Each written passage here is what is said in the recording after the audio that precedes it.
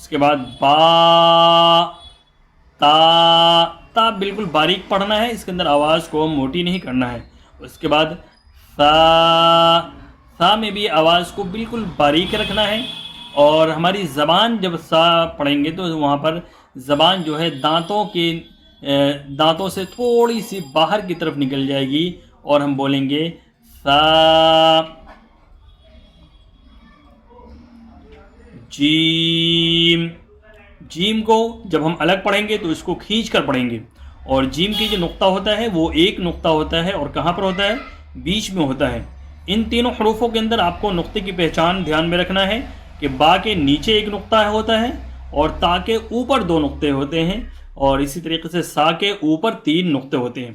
شکل تینوں کی سیم ہے، صرف نقطوں کا فرق ہونے کی وجہ سے یہ الگ الگ حروف بن جاتے ہیں اور ان کی آوازیں الگ الگ ہو جاتی ہیں. تو جیم اس کو کھینچ کر کے پڑھیں گے. جب الگ پڑھیں گے تو آپ دیکھیں یہاں چھوٹی سی جو جیم لکھی ہوئی اوپر، اس کے اوپر مد بھی ڈلی ہوئی ہے، اس کا مطلب ہے ہمیں اس کو کھینچ کر کے پڑھنا ہے. اس کے بعد ہا، ہا جو ہے یہ حلق کے اندر سے نکالا جاتا ہے. جب ہم بولیں اس کو تو ہماری آواز بالکل سریلی آواز، میٹھی سی آواز نکلنی چاہیے. ہا. اس کے بعد خا، خا جب ہم بولیں گے تو خا کے اندر گلے کے اندر ہماری خراش ہونی چاہیے، جیسے کھا نہیں بلکہ خا. خا بہت سے لوگ کھا کھا بولتے رہتے ہیں، تو کھا نہیں بولنا ہے بلکہ کیا بولنا ہے؟ خا، خا.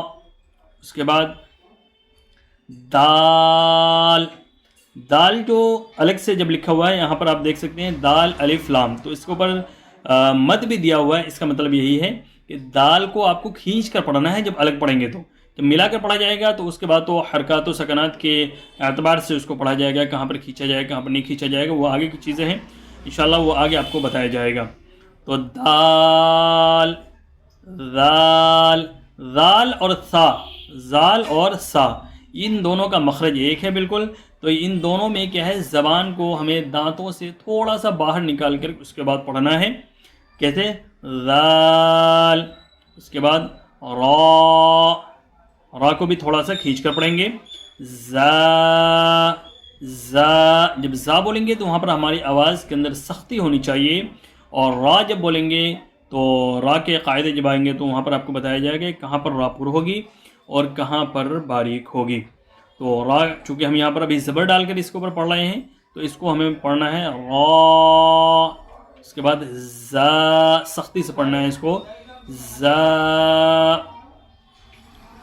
سین، سین جو الگ سے لکھا ہوا ہے آپ دیکھ سکتے ہیں، اس کے اوپر بھی اوپر کیا ہے؟ مد ڈلی ہوئی ہے. اس کا مطلب یہی ہے کہ آپ کو اس کو کھینچ کر پڑھنا ہے. کیسے؟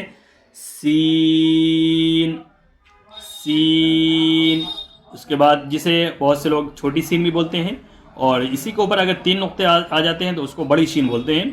تو سین کے اندر ہمیں آواز بالکل نارمل رکھنی ہے، اور شین کے اندر شین، سین اور شین جو 3 نقطے والی ہیں اس کو پڑھنا ہے شین، شین. اس کے بعد اگلا حروف ہے صاد، صاد. صاد میں آواز کو موٹی کر کے اور تھوڑا کھینچ کر پڑھنا ہے. اسی طریقے سے ضاد، ضاد بھی حروف مستعلیہ یعنی کہ پر والے حروفوں میں سے آتا ہے. تو صاد اور ضاد دونوں کو ہمیں موٹی آواز میں پڑھنا ہے. صاد، ضاد. آگے طا، طا بھی پر حروفوں میں سے آتا ہے، تو طا کو بھی ہمیں پر کر کے اور موٹی آواز میں پڑھنا ہے. طا. اس کے بعد ظا، ظا کو بھی موٹی آواز میں پڑھنا ہے. اس کے بعد عین، عین. عین جو ہے حروف حلقی ہے، یعنی حلق سے اس کو نکالا جاتا ہے، تو اس کو ہمیں حلق سے پڑھنا ہے عین. اس کے بعد غین، غین بھی حروف حلقی میں سے ہی آتا ہے، تو اس کو بھی ہمیں حلق سے پڑھنا ہے غین. غین کے بعد اگلا حروف ہے فا، فا. فا بولنا ہے، پھا نہیں بولنا ہے. بہت سے لوگ پھا بولتے ہیں، جو پا اور ہا مل کر کے پھا بنتا ہے وہ اردو میں آتا ہے، یہ عربی ہے آپ کا. تو یہاں پر آپ کو فا بولنا ہے. فا آواز منہ سے بالکل باہر کی طرف جانی چاہیے. فا. اس کے بعد ہے قاف، قاف جب بولیں گے تو وہاں پر ہماری آواز بالکل موٹی ہو جائے گی اور تھوڑا اس کو بھی کھینچ کر کے پڑھیں گے. قاف، یہ جس کو خاص طور سے گاؤں کے اندر اس کو بڑی قاف اور چھوٹی قاف بولتے ہیں، تو اس طریقے سے بھی آپ شروع میں سمجھ سکتے ہیں. یہ ہے قاف. اس کے بعد ہے کاف. یہ بڑی قاف اور چھوٹی قاف ہے جسے آپ بول سکتے ہیں، لیکن اس کو صرف سمجھانے کے لیے ہے.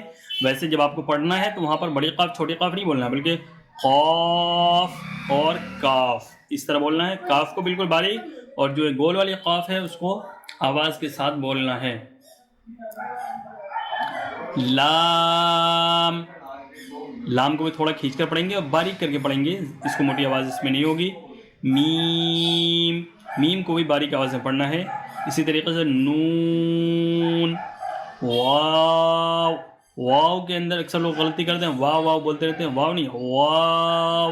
واو. آواز کو آپ صحیح طریقے سے سنیں اور سمجھ کر پھر پڑھنے کی کوشش کریں. اس کے بعد ہا. ہا حروف حلقی میں سے آتا ہے تو اس کو حلق سے ہمیں نکال کر کے پڑھنا ہے. ہا. اس کے بعد حمزہ. حمزہ. حمزہ. حمزہ نہیں، حمزہ. یہاں پر زا ہے تو اس کو ہمیں پڑھنا ہے حمزہ. اس کے بعد یا. یا. یہ آپ کے الف سے لے کر کے یا تک کے جو حروف ہیں 29 حروف آپ کے مکمل ہو چکے ہیں. اس کو آپ اچھے طریقے سے سمجھ کر جہاں پر جیسے آپ کو بتایا جا رہا ہے اسی طریقے سے آپ پڑھنے کی اور اس کو سمجھنے کی کوشش کریں.